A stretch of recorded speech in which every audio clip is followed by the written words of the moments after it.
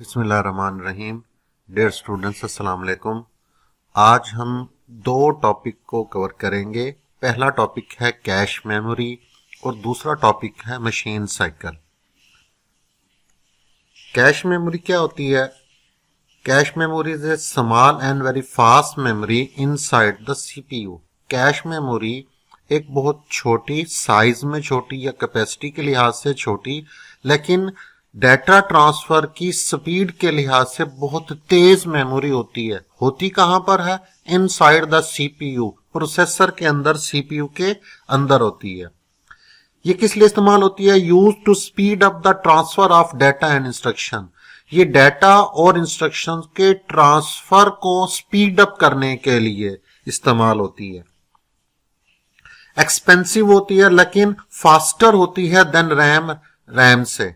RAM को हम main memory भी कहते हैं, तो रैम से ज्यादा फास्टर होती है। फास्टर किस लिहाज से? डाटा को रीड राइट करने के लिहाज से, या यूं कह लें कि डाटा को ट्रांसफर करने के लिहाज से कैश मेमोरी रैम से फास्टर होती है।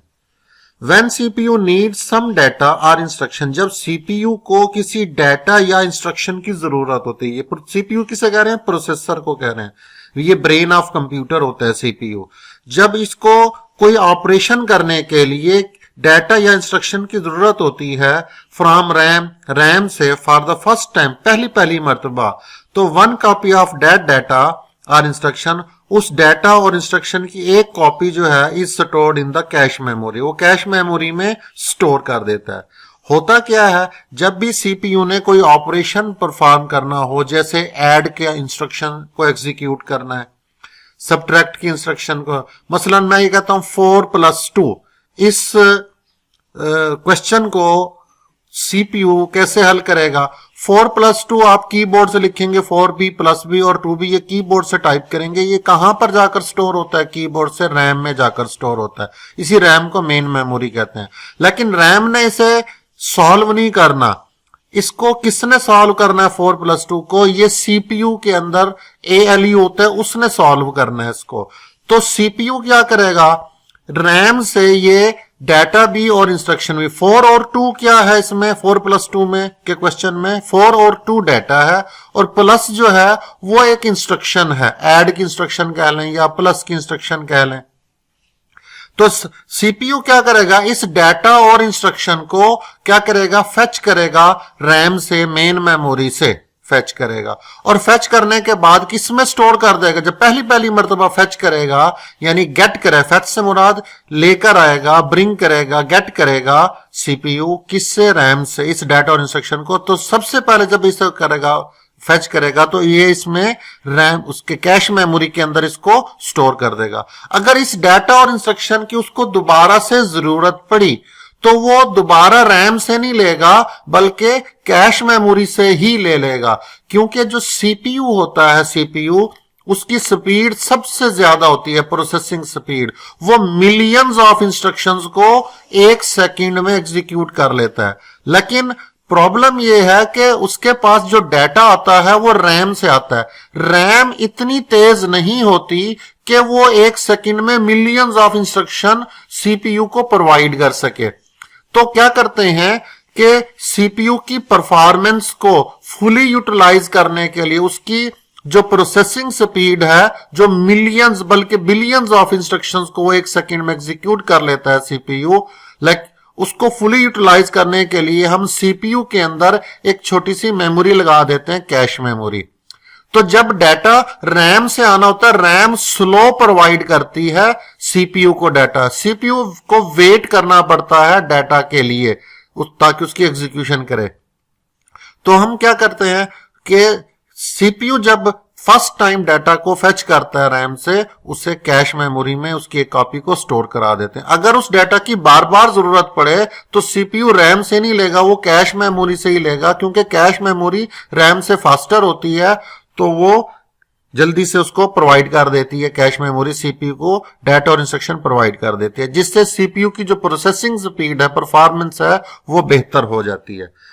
यही बात यहां पर लिखी है, व्हेन द सेम डाटा और instruction is required again in the CPU. जब सेम डाटा और इंस्ट्रक्शन सीपीयू को जरूरत पड़ती है तो CPU gets that data and instruction from the cache memory rather than RAM, RAM के बजाय वो कैश मेमोरी से ले लेता है। इस वजह से उसकी जो प्रोसेसिंग स्पीड है वो इंक्रीज हो जाती है, उसकी परफॉर्मेंस सीपीयू की बेहतर हो जाती है।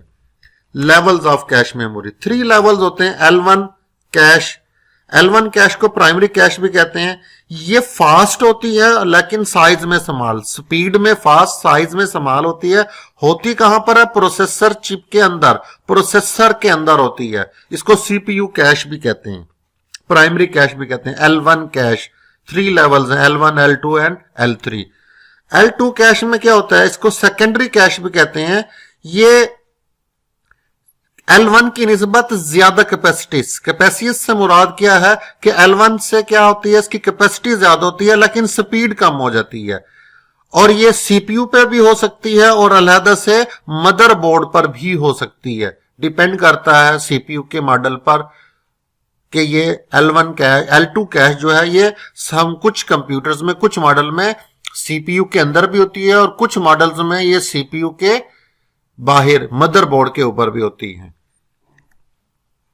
L3 level 3 cache, specialised memory develop to improve the performance of L1 and L2। कहां पर होती है? Located on the motherboard, motherboard पर होती हैं। तो 3 लेवल्स हैं कैश मेमोरी के, L1 कैश, L2 कैश और L3 कैश। अब इसको पिक्चर से समझे, ये है हमारे पास मेन मेमोरी जिसे हम रैम कह रहे हैं, और ये है हमारे पास सीपीयू। तो कैश मेमोरी कहां पर होती है? मेन मेमोरी और सीपीयू के इन बिटवीन, दरमियान में होती है। ये L1 कैश सीपीयू के अंदर होती है, ये फास्ट ज्यादा होती है लेकिन इसकी कैपेसिटी कम।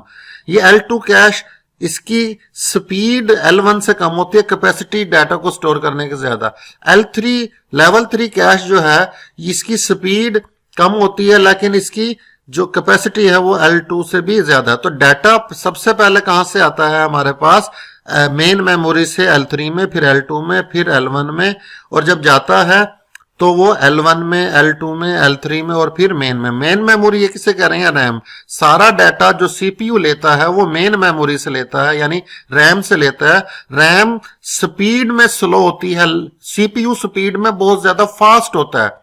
इनकी स्पीड में बहुत ज्यादा फर्क होता है। सीपीयू जो है मिलियंस ऑफ इंस्ट्रक्शन को एग्जीक्यूट कर लेता है 1 सेकंड में, लाखों करोड़ों इंस्ट्रक्शंस को, लेकिन मेन मेमोरी उसको इंस्ट्रक्शन बड़ी तेजी से प्रोवाइड नहीं कर सकती। तो main memory L1, L2, L3 इनमें डाटा को स्टोर कर देती है, कंप्यूटर में डाटा को स्टोर कर देता है और इंस्ट्रक्शंस को, ताकि ये तेजी से सीपीयू को प्रोवाइड कर सकें और सीपीयू मैक्सिमम जो है प्रोसेसिंग स्पीड के साथ डाटा को प्रोसेस कर सके। इस तरह ओवरऑल परफॉर्मेंस जो है वो कंप्यूटर की और सीपीयू की वो बेहतर हो जाती है, प्रोसेसिंग स्पीड इंक्रीज हो जाती है कैश मेमोरी को यूज करने से। अब दूसरा टॉपिक है हमारे पास मशीन साइकिल। मशीन साइकिल क्या है?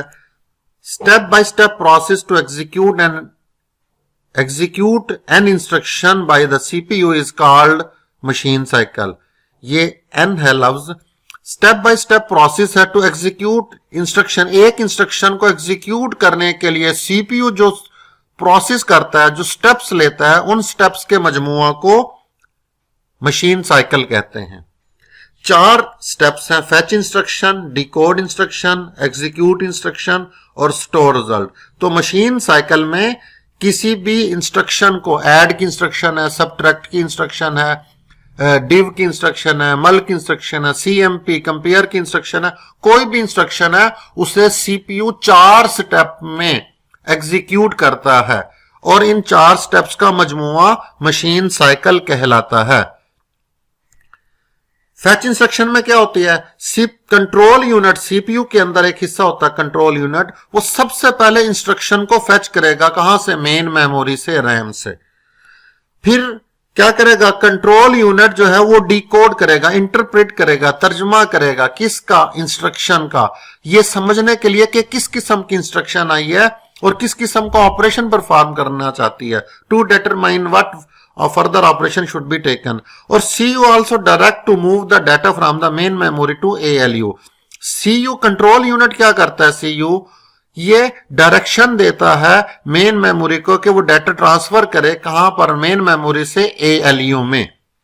तो सबसे पहला स्टेप है इंस्ट्रक्शन। जैसे मैंने आपको भी बताया था कि 4+2 एक क्वेश्चन है, और वो जब आप 4+2 टाइप करेंगे कीबोर्ड से, वो सीधा कहां पर जाकर स्टोर होगा, 4b प्लस बी और 2b, वो मेन मेमोरी में रैम में जाकर स्टोर होगा। तो सबसे पहले प्लस का सिंबल या प्लस की इंस्ट्रक्शन को कंट्रोल यूनिट फेच करेगा, फिर उसे अंडरस्टैंड करेगा कि एक इंस्ट्रक्शन प्लस की है, सबट्रैक्ट की है, डिवीजन की है, मल्टीप्लिकेशन, किस किस्म की इंस्ट्रक्शन है।